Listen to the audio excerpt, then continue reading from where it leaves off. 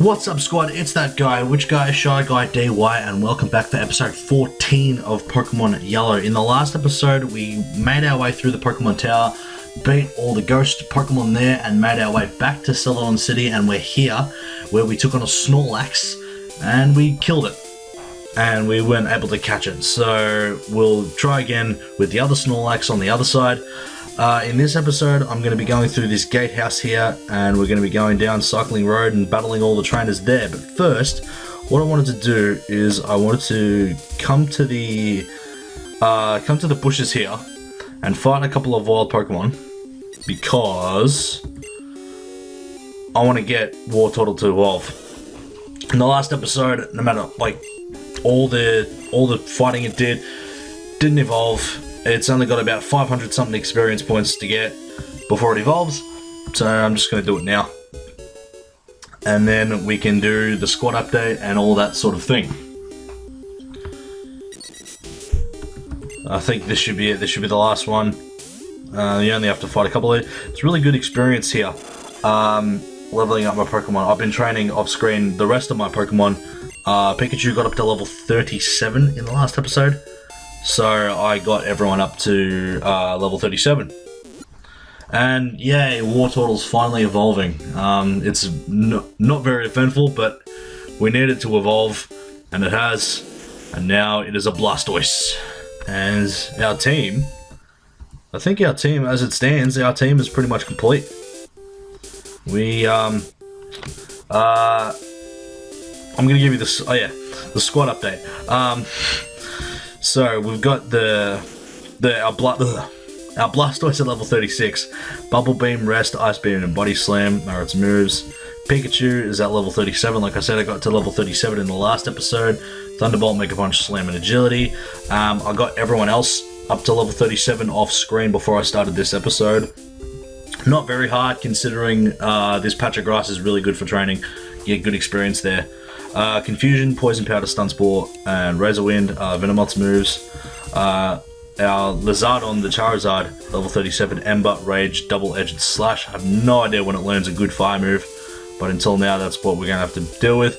And Nidoking at level 37, Thunderbolt, Poison Sting, Horn Drill, and Double Kick. And we've got Ivysaur, our cutting HM slave. Okay, now that that's done, I'm gonna fight a couple more battles just to get him up to level 37 with everyone else, and then we can move on. Go to the Pokemon Center really quick, and then we can start fighting trainers on this route. While I'm doing this, just your ordinary reminder. If you enjoy this video, make sure to give it a thumbs up and share it around with all your mates on your social networks. That's what I've been doing. And subscribe to the channel if you haven't already. Go back and watch some of my other videos. The link to the playlist for this series is in the description below, as are my social tags for Twitter, Instagram, I think Snapchat, Spotify. They're there as well. They're not links, they're just the tags, so like at whatever my username is, and that's it. Because you guys, you've got the apps on your phone, you guys know how to get there, you guys know how to do it, so you don't need a link to go directly to the page. You're adults with apps on your phones, you can do it yourself. That if you want to. If you want to follow me, go ahead. I've been doing a lot of ranting on Twitter for the last couple of days. I'm very angry at Cricket Australia right now. If you haven't been watching, or if you're in Australia, if you live in Australia, or maybe in the UK, because I think it's made UK news as well. If you've been living under a rock, essentially, Big Bash League is like a 2020 cricket competition here in Australia, and it's really awesome. And one of the players, Chris Gale, who plays for he's a West Indian batsman. He's really good. He's a really, really good batsman. But off the pitch, he's really cool. He's like the playboy of cricket. He's one of those guys. But he's not a sleazy. Well, where no pedestrians are allowed on Cycling Road. Oh, okay.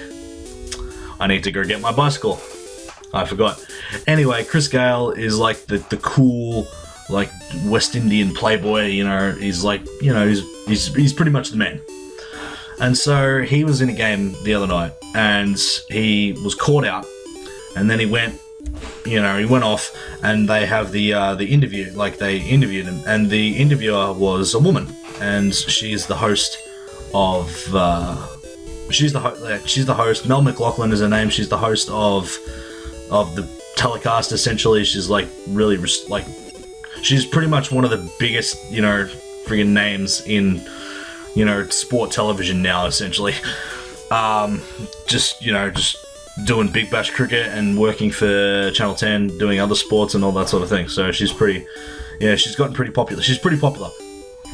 And, you know, Chris Gale, he was just, they were talking, and then he has a little bit of a cheeky flirt with her. Like, you know, just not like sleazy or trying to hit on her or anything, but just, you know, like very cheeky, little cheeky, flirty banter, and just, asking her out for a drink and complimenting on her eyes and all that sort of thing. You know, just something like, you know, not big of a deal, right?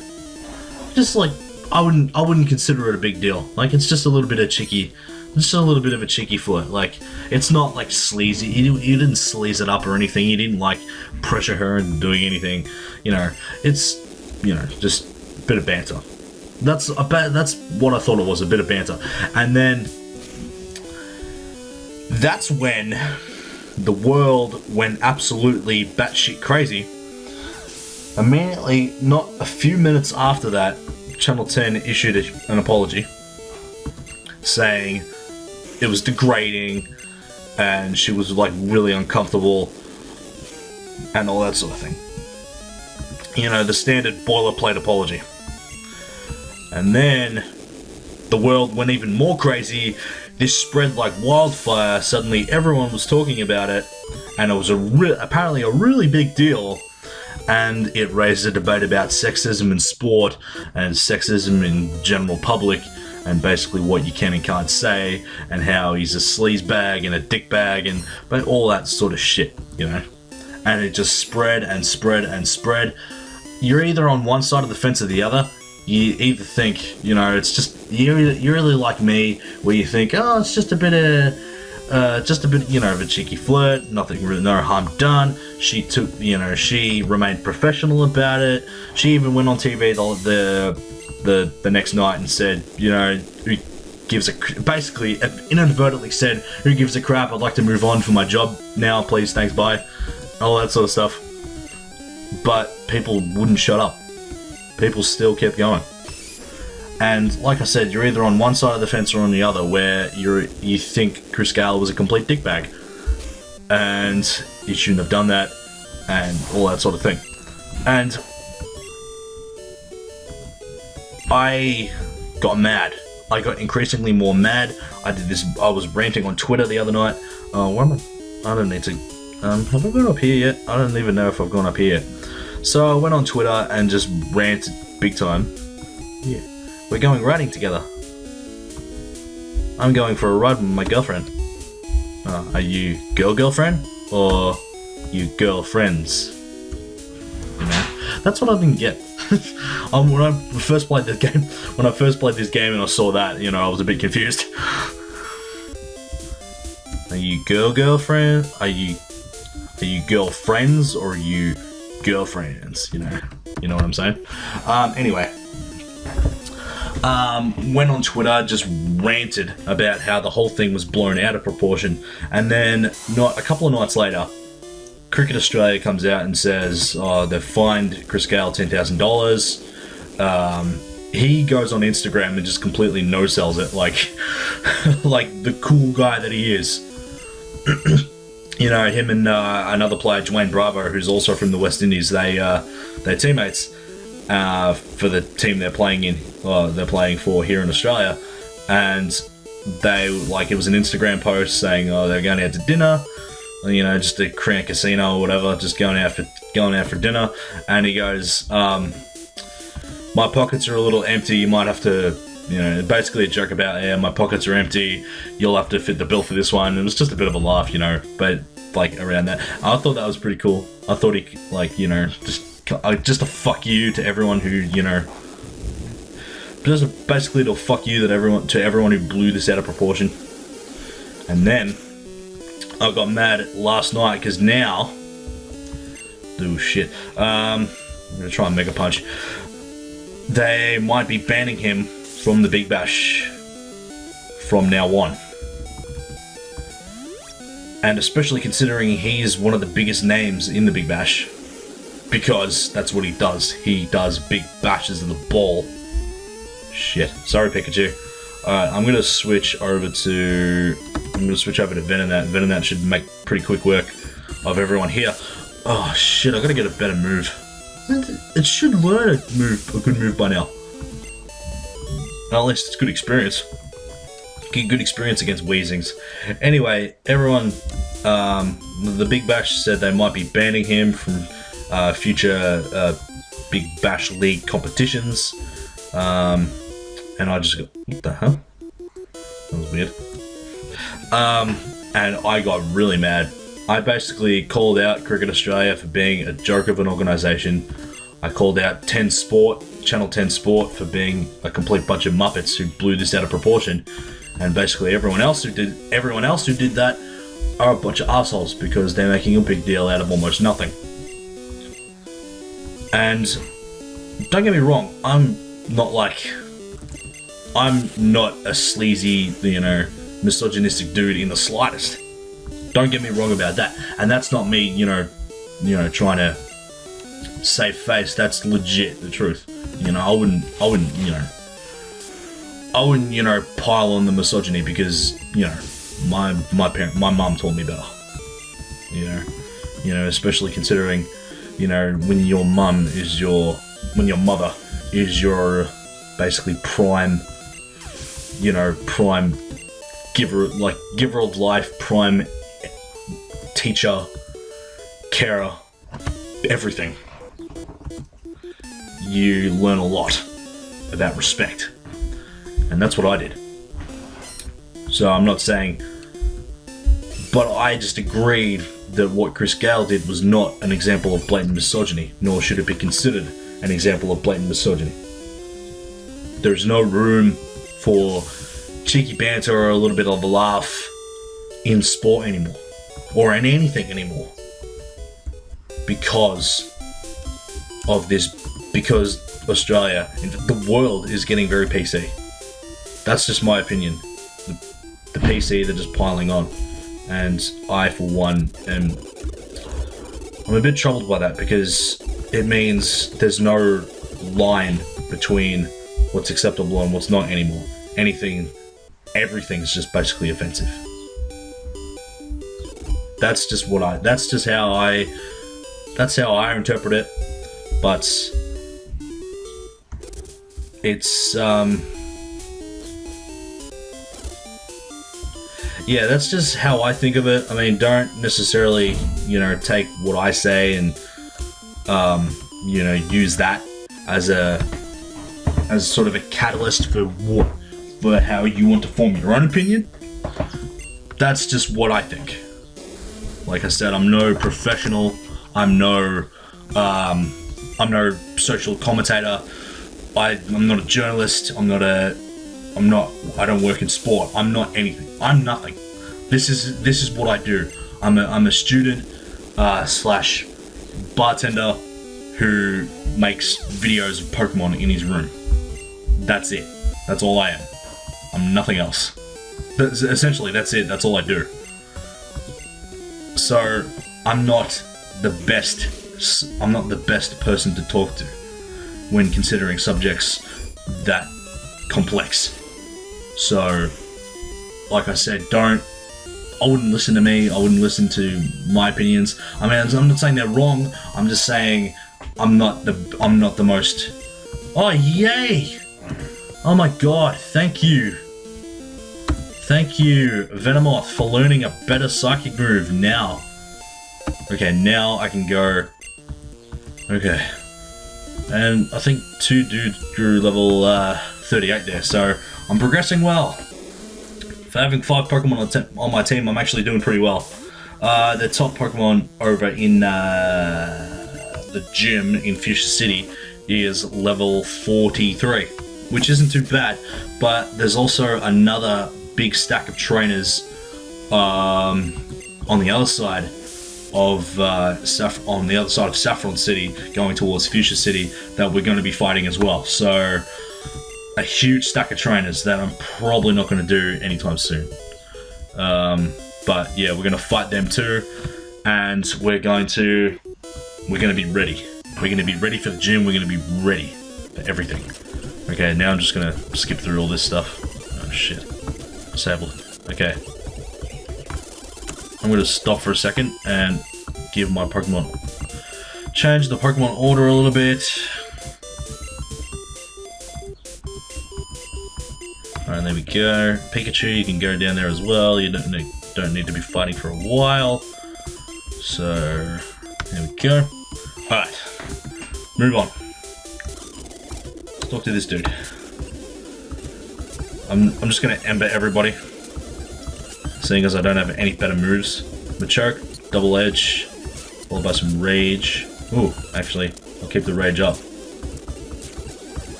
Why'd that take... if that kept powering up, why the hell did that take 4 attempts to kill it? There we go. He's at level 38 now. Okay, move to... ooh, let's try Horn Drill. There we go. Yeah, it finally worked. 1-hit KO. Alright, oh, Doduo. Whoops. Alright, now we're gonna fight this dude. And he's almost dead. Okay. No. Fuck. Okay, stop for a second. Put him down the order. And now Nidaking's out. And what we're going to do is we're going to go to the Pokemon Center really quick. This episode's going to be a little bit longer, considering there's a... wait, did I heal? Okay, now I've healed. Okay, just to make sure. This episode's going to be a little bit longer than the previous one. Like I said, I'm going to be keeping every episode shorter, but considering the amount of trainers there are on this route, you know, obviously, it's going to be there's going to be a little bit more. Have I fought you? No, I fought him already. This guy I haven't faced yet. There's no money in fighting kids. Well, I have plenty of money. I've got a bit of money. I've already gone down there. I haven't gone down here yet. Oops. Double kick. Double kick. Done. No, I want to go down the middle. Have I fought this dude? Yeah, I think I have. No, there's nothing down there. Okay, so let's... sorry if this is a bit fast, but, you know, I'm just trying to make my way through. And Nidoking's level 38. Ooh, Ponyta. Don't worry about that, I'm not catching anything. I've already caught what I need to catch to make my way through to the end of the game, so I'm okay. Alright, let's slow down for a second. No, I haven't fought this guy. He's saying why isn't his Pokemon... sorry. He's saying why isn't his Pokemon evolved? Because you have to trade it. Which reminds me, we can actually do that in this game. I think this is the last dude. And he's got 5 Pokemon. And he's at level 38 now. So, there we go. All our Pokemon raised a level. Or in Blastoise's case, 3 levels. There we go, done. And we'll move... I think there's the next batch of trainers are a bunch of bird Pokemon trainers. So, Pikachu will go out first and we'll just wreck him.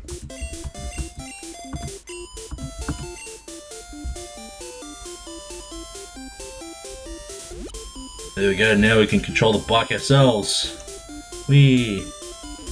Oh, I have to actually go through there. Alright, before we move on, we're going to go up here. And see what this dude has to say.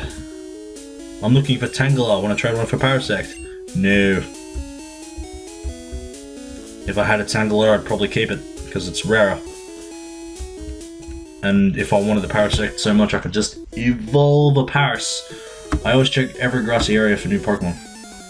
So yeah, I'm not doing a catch-em-all run, so I'm not the same. But we'll speed this up. Pikachu can just wreck this lot and get it to level 39. And we're gonna just give him all 3 of the trainers. See if he can get to level 40. You should be able to, I think. Nope. Alright. This guy's got a Dojo, so this should provide good experience. No, he didn't get to level 40. Yeah, you better be sorry. Even though I ran into you. 900. Okay, I'm just gonna get him up to level 40 really quick. So yeah, another good area for training because there's like heaps of like evolved Pokemon with good experience. So there we go, Pikachu's at level 40 now. How you feeling, Pikachu? In love. Oh. I love you too, Pikachu. You're awesome. I don't care what everyone thinks. Everyone thinks you're a dickbag in this game, but I reckon you're cool. So, now that he's at level 40, what I'll probably do off screen is I'll get everyone else to level 40. Won't take me long. My Pokemon are probably going to be drastically over leveled by the end of this game, because there's still quite a bit for us to do. And I think the top Pokemon in the Elite Four are around level 60 odd, so probably, you know, we'll probably be ready for the gym, or for the Elite Four. We'll definitely be ready for all the gyms, but we'll be ready for the Elite Four, because I reckon this is going to be easy, because we've got our Pokemon at such high levels. You know, we're not over leveled, but, you know, we're at a decent enough level, and I can get them over leveled. So, we're at Fuchsia City, but we're not going to be exploring the town just yet. Like I said, there's another route on the other side of Fuchsia City that leads to a whole bunch of trainers on Silence Bridge. And what we're going to do in the next episode, and this next episode might be a bit longer, we're going to fight them all. We're going to fight them all, and we're going to train up our Pokemon so that we are ready, well and truly ready for the Fuchsia City gym. But this episode will be coming to an end. That will be next time on Pokemon Yellow. Like I said at the start of the episode, if you do enjoy it, make sure to give it a thumbs up, share it around with all your mates, and subscribe to the channel if you haven't already. The link to the playlist for this series is in the description down below, as are my social tags.